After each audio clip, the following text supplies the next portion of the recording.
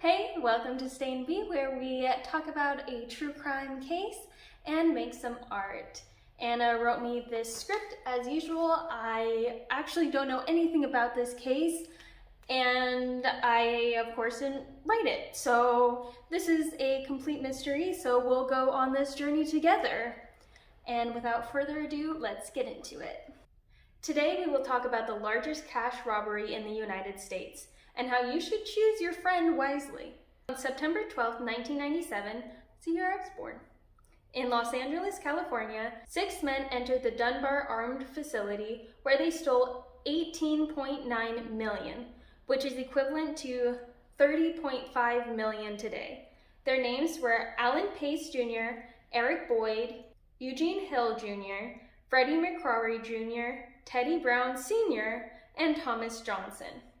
Alan Pace, being the mastermind behind the whole scheme, worked for Dunbar as a regional safety inspector. He enlisted the help of 5 of his childhood friends to rob the facility with him, supplying them with detailed floor plans and security camera locations, as well as ski masks, a shotgun, pistols, and radio headsets, to make it all legit.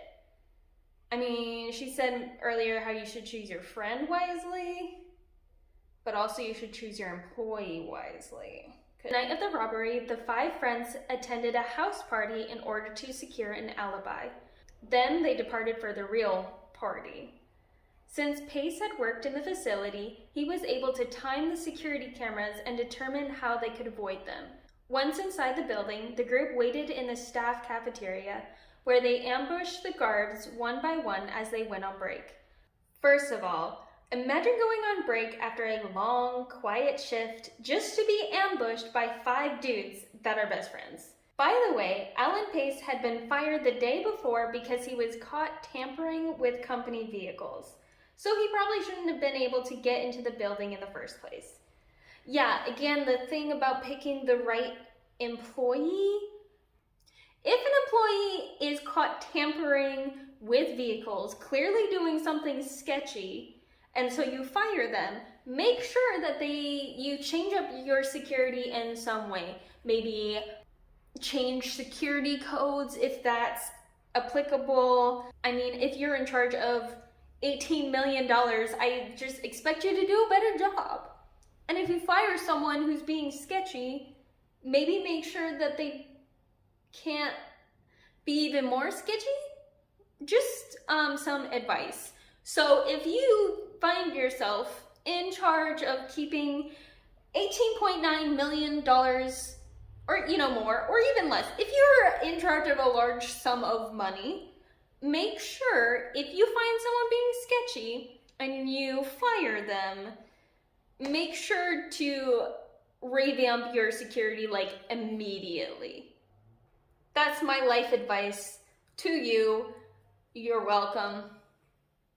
I would say that it would be nice to be in charge of them, but that sounds like anxiety, man. Also, you don't really get to keep it because I guess if you're the owner, you're just keeping them. I don't know. How does that work? How do these I see Brinks all the time. I don't know. I'm pretty sure that's an armored truck. It looks like it, and then I see them go to Starbucks a lot, and I don't know. I just assumed that they were the ones bringing money just because that's what it looks like. So, how do they get paid? Do they, take a cut of whatever amount they're delivering? Do they have a flat rate? I guess it would depend. I don't know if that information would also be, widely available. I'm just curious. If you know, let me know. Just down in the comments, tell me how these things work. Anyways, this is too much information. Let's get back to this. The reason why you clicked on this. Unless you click on this because you think watching someone sit in a wonderful red chair just talking nonsense is amusing, in which case, oh, and the art. I also do that. You could be watching for that. I don't know. Getting back to this. Police also knew that the vault was left open on Friday night since there was large amounts of money being moved through it. Again, why security is so bad. Like, you were asking to be robbed. You know, on the night that you have the most amount of money, you just leave the door open. It's fine. It allows easier access. At the vault, the two men took out the two guards there in a very unevenly matched fight. Yeah, two against five. With these two out of the way, they succeeded in subduing all employees in the building with duct tape and did not set off any alarms or fire any shots. Pace was able to determine which bags of money contained the highest denominations and non-sequential bills for maximum profit. I always wondered why non-sequential bills were important. Like, if you go to a store and buy a large amount of items, or like a big ticket item, and you pay with cash, do they automatically like run it through some sort of system?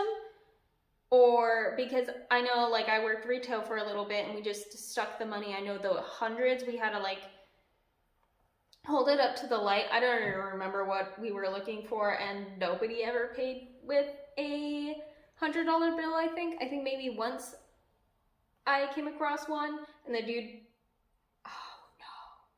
I think that was the time that someone like gave me like, I think he had like 100 and he bought like a pack of gum. Did that happen? I don't know, I might just be making that up. But I also had I had an old lady who had like a bajillion credit cards, and after the third one, I called my supervisor over and I was like, I don't know how to handle this because they keep declining and I don't know what to do and I'm really uncomfortable. I later found out by the security guy that apparently she was a credit card thief, and not even like, I guess an old lady could that's just not who I suspect. And so now I have this burning question, and I just wonder how she got her hands on so many credit cards. Like, does she like bump into people? Like, is she pickpocket? Like, I mean, like, I'm talking like an older lady, like frail, petite, or does like her, like a family member, like her grandson, like go and like steal credit cards and like, here, grandma, like I got you another credit card, and she's like, oh, thank you, dearie. That's so kind of you. She wasn't British. I don't know why. I don't know. I'm way off track. I'm sorry. I hope that you come here for the ramblings, not art or true crime, any of what I am actually advertising this video to be. I mean, it's just an amalgamation of my brain, so you're welcome. Oh yeah, so if you know about non-sequential bills and why that's a really big thing, again, I'm lazy to research it myself, and I'll probably forget after like the next sentence. So if you know, just let me know down in the comments. 30 minutes later, $18.9 million was loaded onto a U-Haul truck waiting outside. Recording devices for the security cameras were also found and taken with the money. And back to the house party they went, probably enjoying some punch and chatting with friends as if they had not just stolen millions of dollars. Yeah, so these guys get back to the house party and their friends are just like, oh hey, you were gone for a really long time. Where did you guys go? And they're just like, oh, we got more beer. And our friends are like, oh, that's great, where is it?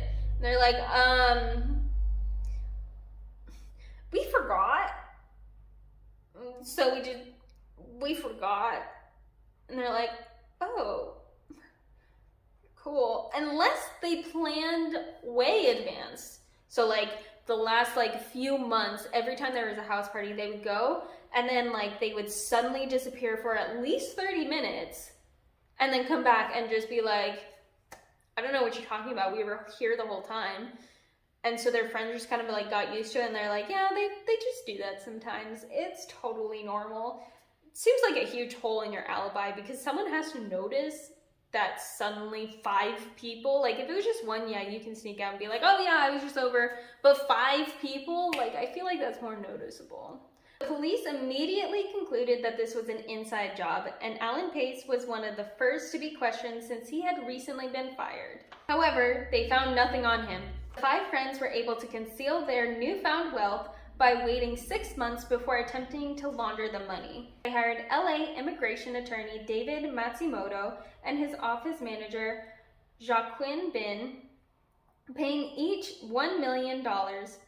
Matsumoto was able to conceal transactions through buying properties and cars. investing in companies, writing checks, and W-2 forms to make it look as if the robbers were earning wages. Pace had also created some front companies to launder more money and used another friend to buy property so that his name would not be listed under it. Most, if not all, the robbers laundered cash through real estate.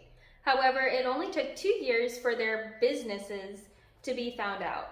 Eric Boyd made the mistake of giving his real estate broker friend a stack of cash that was still bound together with the original branded currency straps.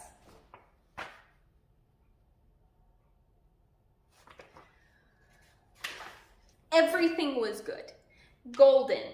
They had the inside knowledge. They were even questioned, and they're like, well, I mean, we don't have any evidence, so I guess you're free to go. I guess it was someone else. Then you're successfully laundering all of this money. And then this guy just is like, you know what? They won't be suspicious if I just hand him a stack of cash with Dunbar armored facility, you know. Stupid criminals. His broker friend then went to the police, and this little mistake led to detectives finding a U-Haul truck rented under Hill's name the day of the robbery. Hill was arrested and he confessed, and also named all of his buddies' names. All of them were arrested. Pace continued to claim innocence and was sentenced to 24 years after being found guilty. Boyd had used his gun and had previous criminal records, so he was sentenced to 17 years. The other 4 pled guilty and were sentenced to 8 to 10 years. David Matsumoto had to resign from the state bar, and he and Bin were indicted on 71 counts of money laundering and were sentenced to 2.5 years in prison. Less than half the money was recovered, with almost $13 million still unaccounted for. So I guess one lesson we could take away from this case is not to steal and launder money, and also to choose good friends that are smart and will not rat you out when they get caught. And that's today's video. I hope you enjoyed it as much as I did. I definitely had a lot of fun, and we went on a lot of tangents, so I also hope that you enjoyed that, and I hope that you stay curious and creative. Peace!